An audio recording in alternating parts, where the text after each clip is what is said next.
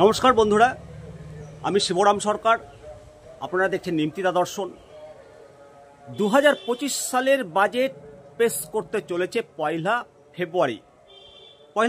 যতই এগিয়ে আসছে ততই সকলের নজর এখন কেন্দ্রীয় অর্থমন্ত্রী নির্মলা সীতারামনের দিকে। 2025 সালের বাজেট থেকে 8টি গুরুত্বপূর্ণ প্রত্যাশা আশা করা যাচ্ছে। আর এই 8টি গুরুত্বপূর্ণ প্রত্যাশার মাঝে আর একটা প্রত্যাশা উঠে আসছে আশা আইসিডিএস।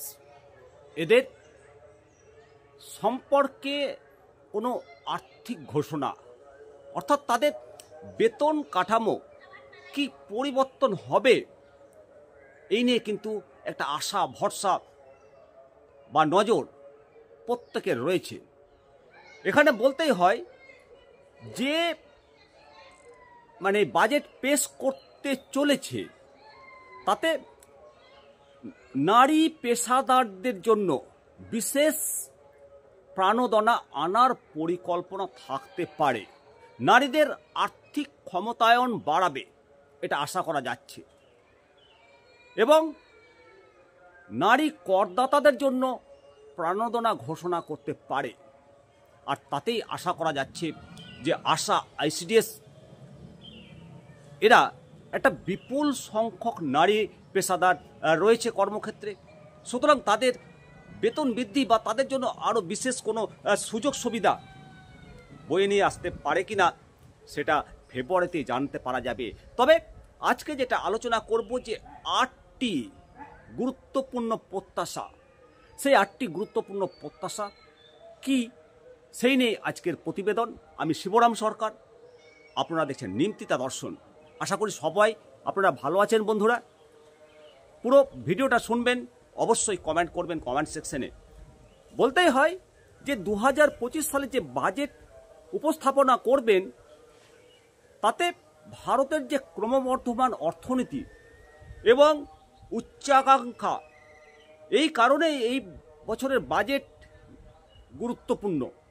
গুরুত্বপূর্ণ সংস্কার উন্নয়ন ত্বরান্বিত করার জন্য বিভিন্ন প্রকার প্রাণোদনা আনার প্রত্যাশা রয়েছে।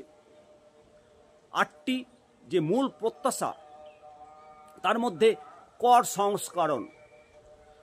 সংস্করণ, যেটা কর প্রক্রিয়ার যে দাখিল করার নিয়ম সেটা আরও সহজ সরল হবে। কর সংস্কার যেটাকে বলা হয়, এতে যে জটিলতা কর সংস্কারের, সেই জটিলতা অনেক কমবে। এর ফলে ব্যক্তিগত এবং ব্যবসায়িক উভয় ক্ষেত্রেই কর ব্যবস্থা আরও সহজ সরল হবে, কাগজপত্রের ঝামেলা কমে যাবে এবং অভিজ্ঞতা আরও মসৃণ হবে। সহজতর হবে জিএসটি ব্যবস্থা। বিশেষ করে জিএসটি কাঠামো যদি সহজতর হয় তাহলে ছোট ছোট ক্ষুদ্র ব্যবসা বাণিজ্য, মাঝারি শিল্প, জিএসটির যে স্ল্যাব সেটা সহজতর হবে। এবং এই সহজতর জিএসটি ব্যবস্থা চালু হলে অর্থনৈতিক কার্যক্রম আরও ত্বরান্বিত হবে। 2025 সালের বাজেট এমএসএমই খাতকে শক্তিশালী করার একটা গুরুত্বপূর্ণ সুযোগ প্রদান করছে।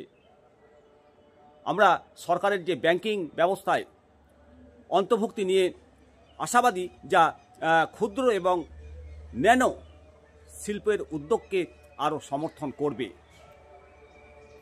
তারপর দ্বিতীয়ত সাশ্রয়ী আবাসন মধ্যবিত্তদের জন্য একটা আর্থিক স্বস্তি। কেননা গৃহ ঋণের যে সুদের ছাড় বাড়ানোর প্রত্যাশা করা হচ্ছে, যাতে বাড়ি কেনা আরও সাশ্রয়ী হবে এবং 80C ধারায় কর সুবিধা এবং উচ্চ মধ্যবিত্তদের যে কর ছাড়, সেটা সকলের জন্য একটা স্বস্তি বয়ে আনবে।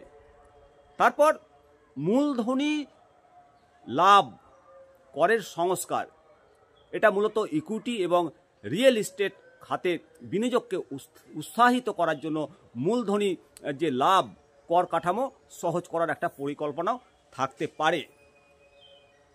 ক্রিপ্টোকারেন্সি কর সম্পর্কে আরও স্পষ্টতা। এই ক্রিপ্টোকারেন্সি খাত সুস্পষ্ট নিয়ম এবং কর কাঠামোর একটা অপেক্ষায় রয়েছে। 2025 সালের বাজেটে ডিজিটাল সম্পদের বাজারে স্বচ্ছতা এবং আইনি একটা স্থায়িত্ব আনতে সুবিন্যস্ত নিয়ম এবং ন্যায্য কর নীতিমালার আনার সম্ভাবনা রয়েছে। সবথেকে যেটা বড় খবর, চাকরিজীবীদের জন্য স্ট্যান্ডার্ড ডিডাকশন বৃদ্ধি করা। বলতে হয় মুদ্রাস্ফীতির কারণে আর্থিক স্বস্তি দিতে স্ট্যান্ডার্ড ডিডাকশনের সীমা বাড়ানোর প্রত্যাশা রয়েছে, যাতে চাকরিজীবীদের হাতে আরও বেশি করে খরচযোগ্য টাকা হাতে থাকে। সবথেকে যেটা গুরুত্বপূর্ণ সেটা হলো কর্মসংস্থানের ওপর জোর দেওয়া। পরিকাঠামো প্রকল্প, দক্ষতা উন্নয়ন কর্মসূচি, স্টার্টআপ সহায়তার জন্য বাজেট তহবিল বরাদ্দ করা হতে পারে, যাতে বিভিন্ন খাতে কর্মসংস্থান আরও সৃষ্টি হয়।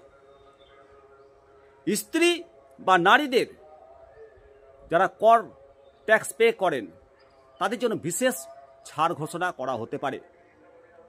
এতে নারীদের আর্থিক ক্ষমতায়ন বাড়বে এবং কর্মক্ষেত্রে লিঙ্গ অন্তর্ভুক্তি এটা গ্যারান্টি প্রদান করবে।